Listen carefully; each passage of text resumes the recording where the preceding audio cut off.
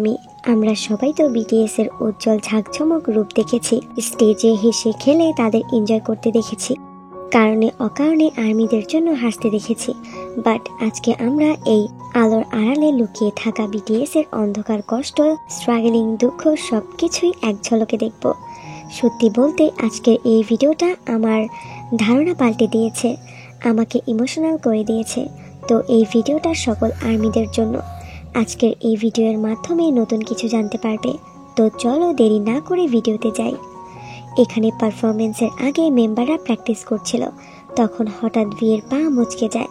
অনেক বাজেভাবে ব্যথা পাওয়ার কারণে ভি হাঁটতেও পারছিল না।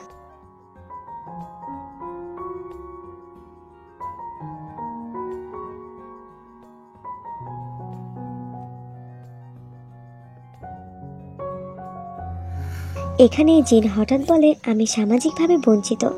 তখন এমসি বলে, কেন? জিন, কারণ আমি 19 বছর বয়স থেকে ট্রেনি, যার জন্য জিনের কোনো বন্ধু হতো না।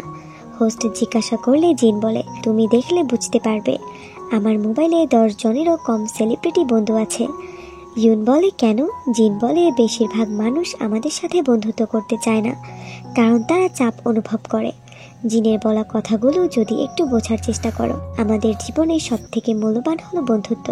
বিটিএস এর বাহিরে 19 বছর বয়স ধরে জিনের কোনো বন্ধু নেই।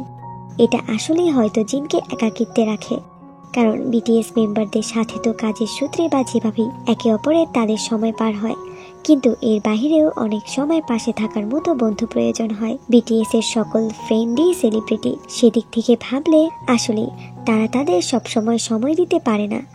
তাদের এমন বন্ধু প্রয়োজন যারা তাদের সময় দিতে পারে, যা তাদের কাছে নেই। আমরা ভাবি তাদের সব থাকে যারা ফেমাস, আসলে তা না। এখানে জিমিনের পায়ের হাড়ে মোচড় ছিল, যার জন্য এমনিতেই জিমিন চিন্তা করছিল, অনেক স্যাডও ছিল। তখন স্টাফরা জিমিনকে বলে, জিমিন, আমাদের আরো 19টি শো বাকি আছে। জিমিনকে এটাও বলা হয় 2 দিন খালি আছে, মানে রেস্ট। তার মধ্যে জিমিনকে সুস্থ হতে হবে যেভাবেই হোক। ভাবতে পারছো কত বড় একটা মানসিক চাপ থাকে তাদের।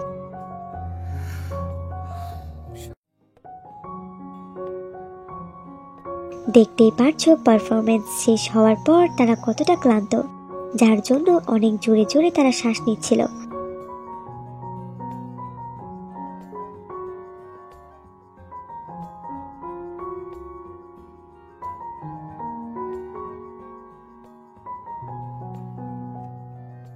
এখানে মেম্বাররা ক্রিসমাসের কথা বলে, আমাদের ছুটির দিনগুলোতে মনে হয় পারফরমেন্স করা লাগবে, এবং স্টাফ বলে আমাদের জন্য ক্রিসমাস বলতে কিছু নেই। সুগা বলে, ভেবেছিলাম জোসিওকে অন্তত ছুটি পাবো, সেটাও এবছর পাইনি। বিটিএস এর ফেস এবং কথা শুনে বুঝতেই পারছো বেশিরভাগ উৎসবের সময়গুলো তারা পরিবারের সাথে উদযাপন করার সুযোগই পায় না। আমরা হয়তো ভাবি যারা সেলিব্রিটি হয় তারা সবাই অনেক টাকা শপিং করে, বিভিন্ন জায়গায় ঘুরতে যায়, ফ্যামিলি নিয়ে ঘুরে বেড়ায়, চিল করে, বাট এমনটা না। টাকা থাকলেও বিটিএস তাদের সুন্দর মুহূর্তগুলো আপনজনের সাথে কাটানোর সুযোগ পায় না। ওই সময়গুলোতে কোম্পানি কাজের বোঝা চাপিয়ে দেয়, বিটিএসকে পারফরমেন্সে ব্যস্ত করে দেয়, কারণ যখন সবাই হলিডে পালন করে তখন বিটিএসকে পারফরমেন্সের জন্য ঢুকিয়ে দেওয়া হয়। স্টেজ থেকে নেমে সোজা হয়ে হাঁটার শক্তিটাও তারা পায় না। জিন বলে, আমার বন্ধুরা বলে তারা আমার জীবনকে হিংসা করে, মানে জেলাস। আমার লাইফস্টাইল কত সুন্দর, মাঝে মাঝে আমি নিজেই তো তাদের জীবন নিয়ে জেলাস ফিল করি, আমার হিংসা হয়। তারা আমাকে বলে আমাকে থাকার জন্য কখনো জায়গার চিন্তা করতে হয় না। বাকিরাও বলে হ্যাঁ, সহমত। তখন জিন বলে, আমিও বলি তোদের খোলা রাস্তায় হাঁটার জন্য বিরক্ত হতে হয় না। এটা জিন ঠিক বলেছে, তাদের লাইফ সত্যিই কঠিন, চাইলেও কোথাও একা যেতে পারে না, কখনো কোথাও যেতে হলেও সিকিউরিটি নিতে হয়, কারণ এখানে সেখানে ফ্যান্সরা লেগেই থাকে। জিন সত্যি একটা সাধারণ জীবন ভালোবাসে, হাত পা বা যে কোনো জায়গায় কাটুক বা সমস্যা হোক না কেন, মেম্বারদের স্টেজ পারফরমেন্স করতেই হয়, যেটা তাদের শরীরের জন্য ক্ষতিকর। তাদের পারফরমেন্স করার পর অনেক সময় রিল্যাক্স করার সুযোগটাও দেওয়া হয় না, পরপর তাদের গান, নাচ এবং পারফরমেন্স করে যেতে হয়, যার জন্য লক্ষ্য করবে তারা যেখানে সুযোগ পায় ক্লান্তির জন্য ঘুমিয়ে পড়ে, সেটা মেকআপ রুম হোক কিংবা কার হোক বা যেখানেই হোক।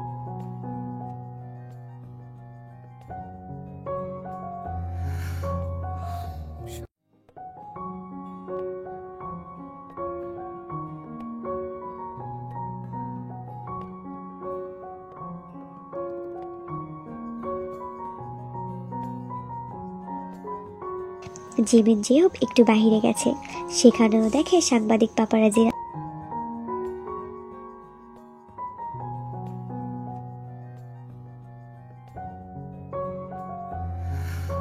জেহব বলে, এটা স্ক্যারি, এটা অদ্ভুত। সবসময় এমন চারপাশে মানুষ চিল্লাফাল্লা করলে কিভাবে একজন মানুষ টিকতে পারে? আমাদের সাধারণ মানুষেরই একাকিত্বের প্রয়োজন হয়। এমন অনেক সময় হয় যখন আমরা একা থাকতে চাই বা একা কমফোর্টেবল ফিল করি, বাট বিটিএস মেম্বাররা তো চাইলেও তা করতে পারে না। এটা আসলেই মানসিক একটা চাপ। জিন বলে, কিম সিওক জিন হিসেবে আমি হাস্যোজ্জ্বল, বাট বিটিএস এর জিন হিসেবে এটা একটু কঠিন।